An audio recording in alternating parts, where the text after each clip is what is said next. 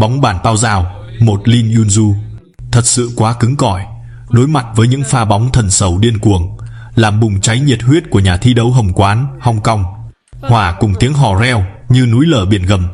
Giữa những âm thanh đinh tai nhức óc, những tiếng la hét cổ vũ, cậu đã có màn đáp trả chấn động trong trận đại chiến kịch tính kéo dài gần 1 tiếng rưỡi. Duda chớp lấy khoảng trống này. Wow, tuyệt vời. Đối thủ là người vừa mới ở World Cup đôi nam nữ thành đô, mãnh tướng người Đức Duda, hắc mã kỵ binh mạnh nhất.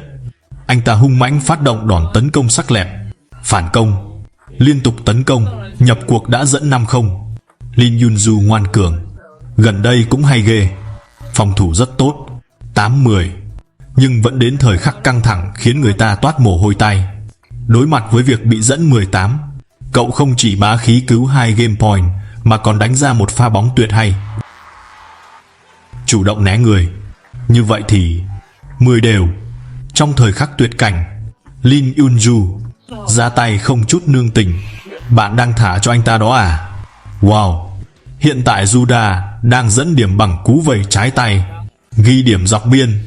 Trên con đường vượt ải, cậu đã đột phá một cách bá khí tâm ma của chính mình trong trận chiến cuối cùng của năm, vì giải chung kết cuối năm, giành lấy chiến thắng lội ngược dòng oanh liệt nhất của mình. Wow. Sau khi vẩy trái thì kết nối bằng cú đánh chéo góc thuận tay, liên tục điều bóng tấn công vào góc rộng của Duda. Không đánh trái tay, cú vẩy bóng không vào bàn. 1-2, liên tục cố gắng đè trái tay, nhưng cú này của Duda là ra lực. 3-1. Cú đánh này của Duda chất lượng không cao, có chút chưa chuẩn bị tốt. Mặc dù Lin Yunju trước trận đấu này, thành tích đối đầu với Duda vẫn luôn toàn thắng. Lần này sau khi né sang thuận tay, Duda vẫn là người ra lực trước. Yunju trong giai đoạn đầu trận vẫn bắt đầu bằng phòng thủ trước. 3 đều. Cú vẩy trái tay này của bạn lại muốn chủ động ra lực, ví dụ như cú giật trái tay. Cảm ơn nhé. Cảm ơn sự ủng hộ của các bạn trong khu vực bình luận. Vấy trái tay thì cả hai tuyển thủ khi trả giao bóng đều sẽ chọn cách chủ động tấn công như thế này nhiều hơn, nhưng đồng thời với việc tăng độ xoáy. Bóng hay. Đúng vậy. Tốt. Vậy thì cảm ơn. Làm xong rồi. Nhưng không thể phủ nhận, phong độ của hai người trong thời gian gần đây lại thể hiện những trạng thái khác nhau. Mãnh tướng người Đức không chỉ là sự tồn tại nổi bật nhất trong đội tuyển bóng bàn quốc gia Đức, cho nên vừa vào trận, Lin Yunju đã gặp phải một trận PK khó nhằn hơn nhiều so với dự kiến. 5-4, cú vẩy này chất lượng rất tốt. Duda né người tăng lực để chủ động tấn công, bất ngờ giao bóng dài. Thường sau khi trả cú đầu tiên thì mới kết nối tiếp. Lin Yunju vẫn có chút chưa chuẩn bị tốt, vẫn phải lao thôi. Giao bóng của Lin Yunju cũng là đặc điểm của cậu ấy. Tốt lắm. Cuối cùng cú này vẫn khiến nhịp điệu của Duda có chút rối loạn. Tuyệt vời.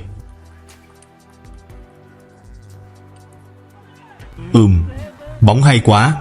Biến chiêu ra góc rộng. Còn từ sau khi vẩy giật trái tay rồi kết nối bằng cú giật vòng cung thuận tay, đánh hay quá.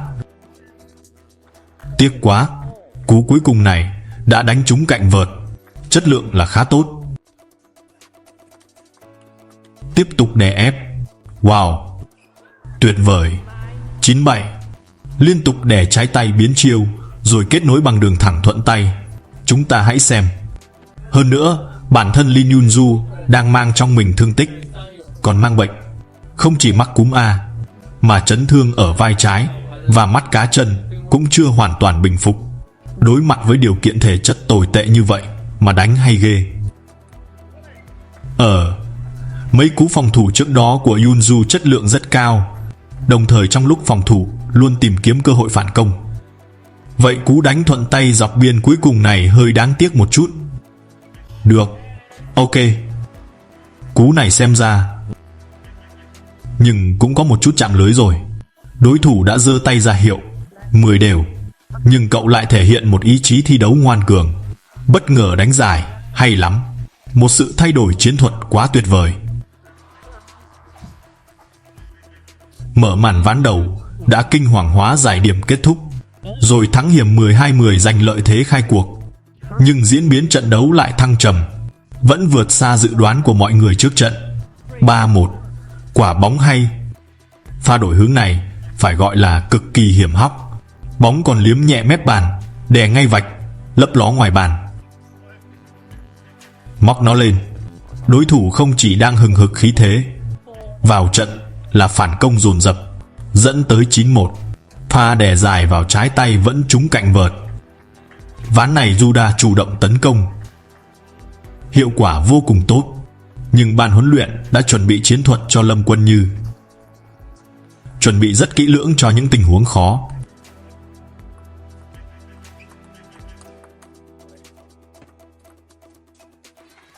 Khoảng cách vẫn còn khá xa. Quả bóng hay, ra tay nhanh như chớp, chất lượng rất cao. Đối thủ không chỉ dùng sức mạnh trung sa đài để chặn đứng cậu bạn Lâm. Bóng hay, đáp trả bằng một cú vẩy chất lượng cao, xoáy, tăng tốc rồi lại ghi thêm một điểm. 14, chớp mắt đã là 4-10. Giành được điểm quyết định, Juda bung sức thuận tay.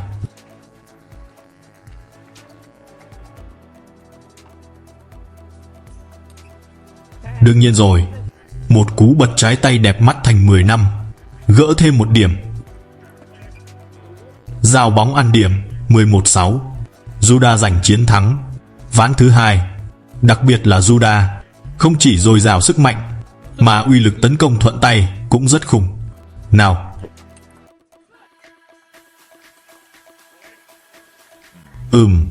nhưng Juda tấn công cũng rất chủ động. Vậy xong nhìn tốc độ bóng không nhanh, trực tiếp ra lực để tạo ra. Đúng rồi. Chúng ta hãy xem. Cú vẩy này của Quân Như rất xoáy, nhưng Juda dùng trái tay đè lại cú này, vẫn tăng tốc được. Bóng hay quá. Juda chủ động xuất chiêu, không cho đối phương có cơ hội ra tay. Đúng vậy, đánh chéo góc. Dữ liệu vừa rồi cho thấy, khi giao bóng, tỷ lệ chủ động tấn công của anh ta có lẽ gần 70%. Kết quả là việc thực thi chiến thuật lần này rất rõ ràng. Vừa dứt lời đã chủ động vẩy bóng. Bây giờ cả hai đang so kè trái tay, là một tay vợt châu Âu điển hình. Anh ta không chỉ có tố chất thể lực vượt trội, mà điều đau đầu hơn là bóng lại đi ra ngoài. Hơi vội vàng một chút, một số quả bóng ra ngoài. Khả năng kiểm soát chất lượng mỗi cú đánh của anh ta giờ cũng đã chen chân vào hàng ngũ đỉnh cao thế giới. Chất lượng cú trả giao bóng đầu tiên rất cao, nhưng Juda vẫn rất quyết đoán, chủ động, né người dùng lực, đánh trúng cạnh vợt.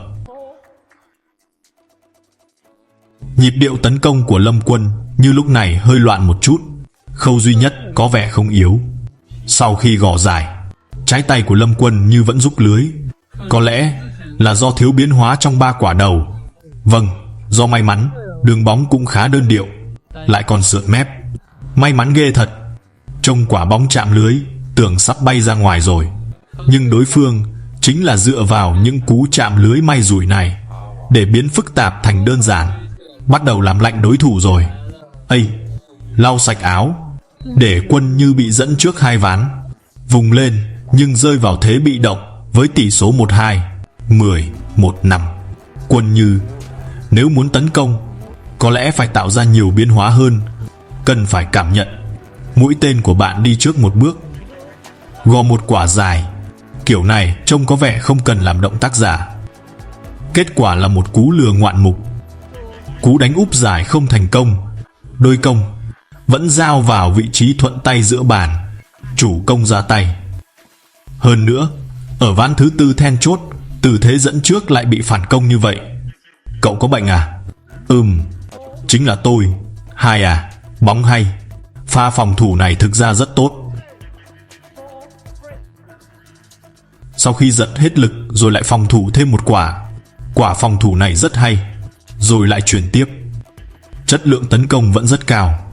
Tuyệt đẹp. Tứ kết, lần này thực thi chiến thuật, ghi điểm quyết định. Bây giờ là Juda dẫn 6-3. Vậy thì đi ra ngoài thôi. Tiếp đó huấn luyện viên Vương cũng liên tục lau mồ hôi lúc đang gãi đầu bứt tai. Thật khéo, vẫn là Lâm Quân. Nếu chính mình đủ bình tĩnh mà nói, điểm cao nhất vẫn là Lin Yunju. Nếu bản thân đủ bình tĩnh, chỉ cần tạm thời bình tĩnh nói một câu, đã kiểm soát lại nhịp độ. Pha giật bóng này của Juda tốc độ không nhanh lắm. Lin Yunju xoay người qua lưới có phần may mắn. Và pha bóng này vì rất hời nên tư duy chiến thuật đã được điều chỉnh rõ ràng, giúp Lin Yunju tìm lại được trận đấu của mình. Lợi thế lại đến rồi. Lại là một cú trái tay tăng lực trực tiếp từ thời điểm bước ngoặt của ván thứ tư. Ra, lợi hại thật. Pha bóng này là nhìn thấy bóng rồi mới đánh.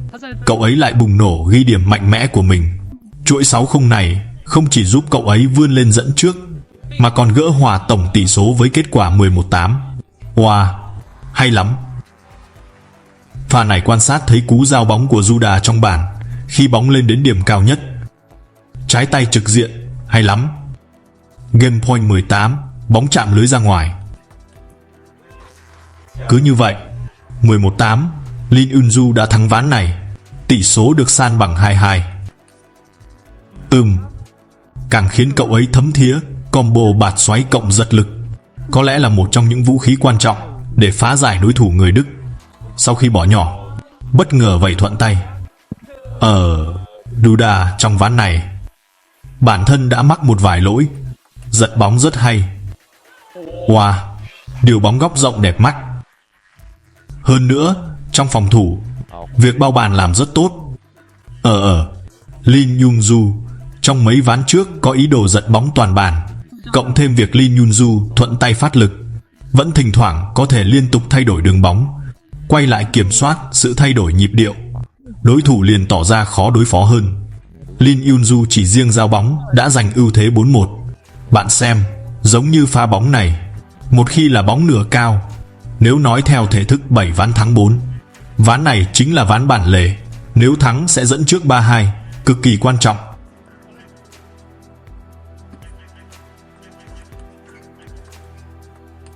Trong lúc hoa mỹ, ái chà, vẫn phòng thủ được. Pha bóng này, phòng thủ của Juda có thể nói là kín như bưng. Cú cuối cùng này có lẽ là chạm lưới rồi liếm mép bàn, có lẽ là muốn khiến đặc điểm tấn công chủ động của Juda không phát huy được. Vẫn để Juda chớp được khoảng trống như vậy. Đẹp mắt quá. Pha này Juda giao bóng xoáy ngược đẹp mắt. Góc độ này, kiểm soát lực đàn hồi tinh tế từng khiến Juda không thể phát lực. Một chiến thuật hoàn hảo của trí tuệ. Hay lắm. Phòng thủ tốt thật.